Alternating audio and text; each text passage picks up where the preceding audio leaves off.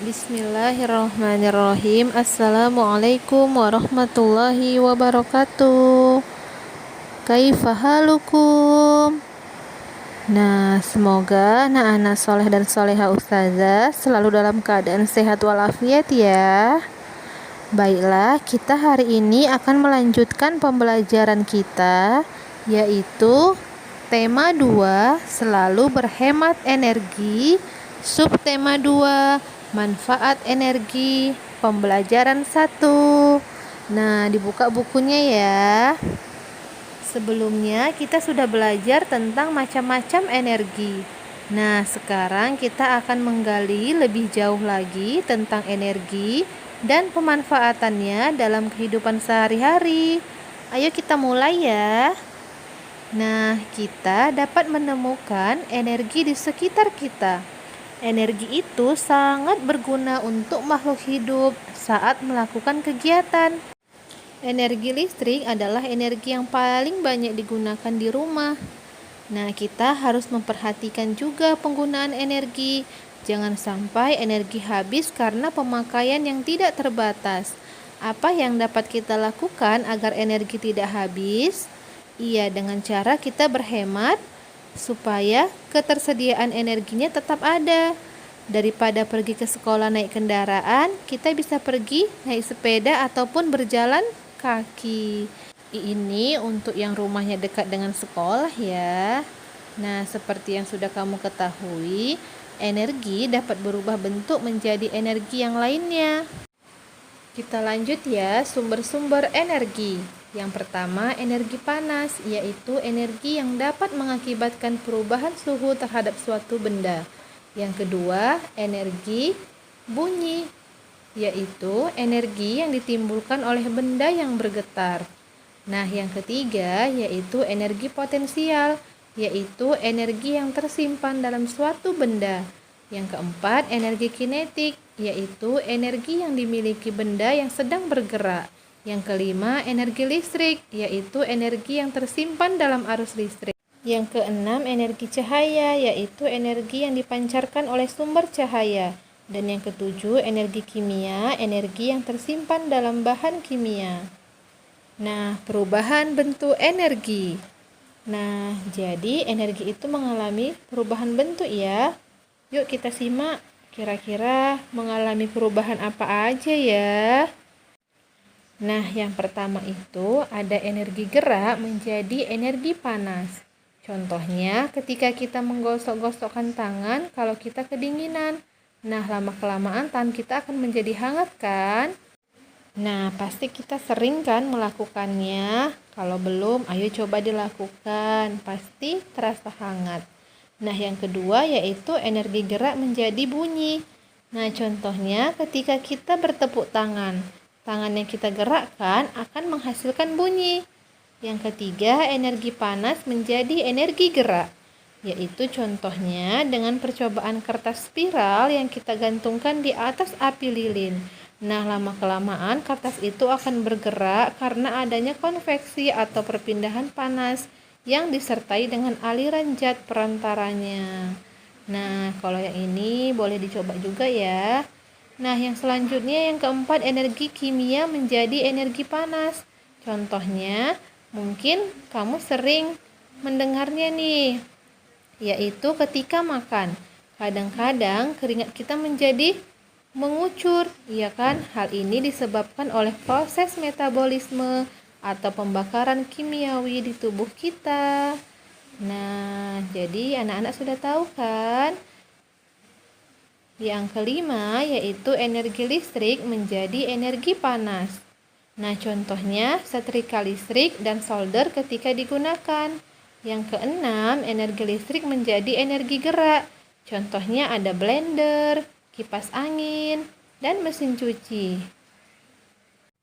Nah, masih banyak kan contoh-contoh yang lainnya.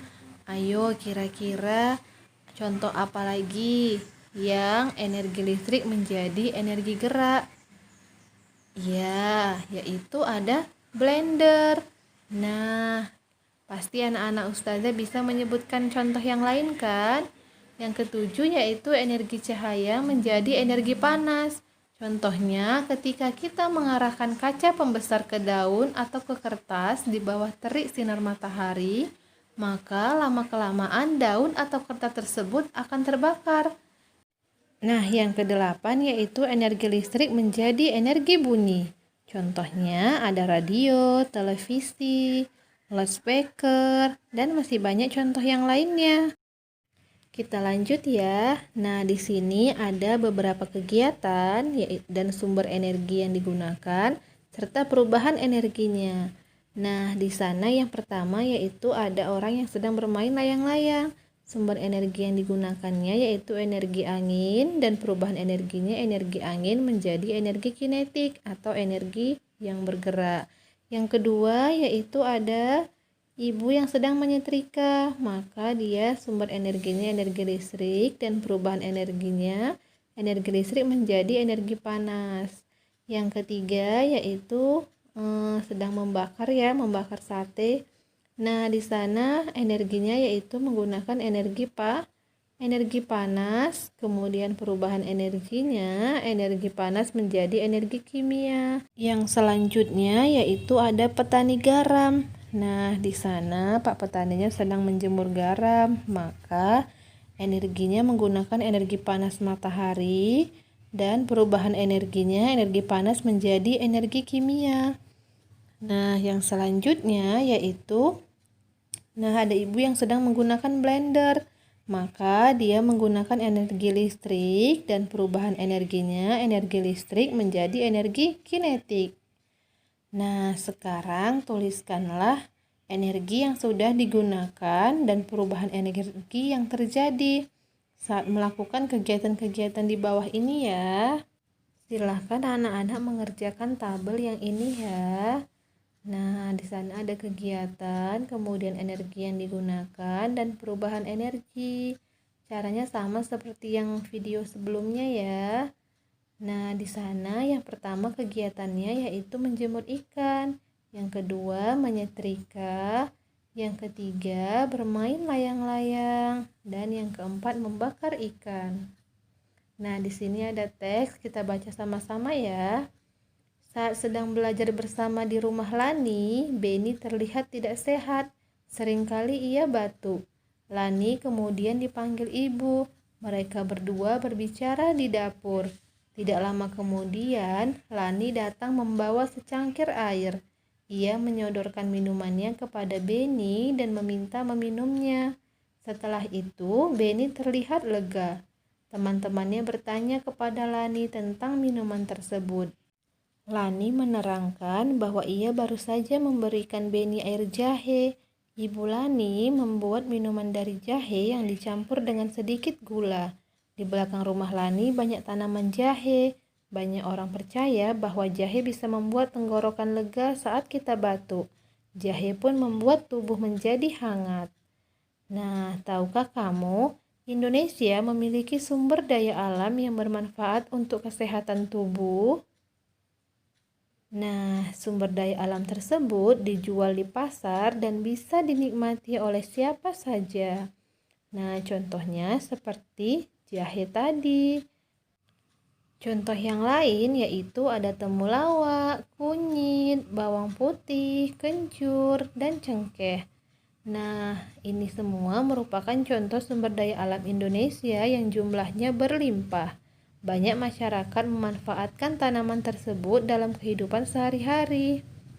Nah, kunyit merupakan salah satu sumber daya alam yang banyak dimanfaatkan dalam kehidupan masyarakat Indonesia. Kunyit banyak dimanfaatkan sebagai bumbu dapur, obat tradisional, bahkan sebagai pewarna alami. Sebagai salah satu bahan baku obat tradisional, kunyit banyak dicari masyarakat baik di Indonesia maupun di luar negeri. Semakin hari, semakin banyak peminat kunyit dari negara-negara lain. Para petani sangat gembira dengan banyaknya peminat kunyit tersebut. Nah, sangat banyak kan manfaat dari kunyit.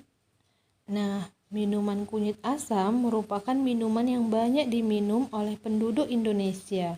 Selain menyegarkan, minuman ini pun dipercaya memiliki manfaat bagi tubuh.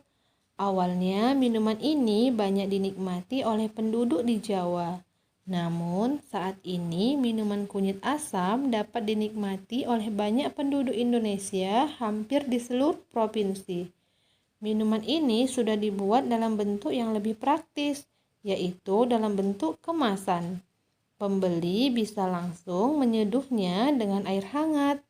Nah, sangat mudah kan anak-anak? Jadi, kunyit ini sangat banyak manfaatnya, sama juga seperti dengan jahe tadi. Nah, jadi yang kesemuanya ini tadi merupakan sumber daya alam. Nah, hebat kan? Ternyata sumber daya alam Indonesia yang berlimpah sangat banyak manfaatnya bagi tubuh. Banyak pula peminat yang berasal dari luar Indonesia untuk membelinya. Nah, sekarang anak-anak coba temukanlah sumber daya alam Indonesia lainnya yang banyak dijumpai di pasar ya. Kemudian tuliskan juga kegunaannya apa. Misalnya seperti kunyit tadi, kegunaannya untuk apa? Jahe, kegunaannya untuk apa? Oke, Ustazah tunggu ya. Nah, sampai di sini dulu ya pembelajaran kita hari ini. Semoga kalian bisa memahaminya. Jangan lupa dikerjakan ya latihannya. Tetap semangat dan jaga kesehatan ya. Assalamualaikum warahmatullahi wabarakatuh.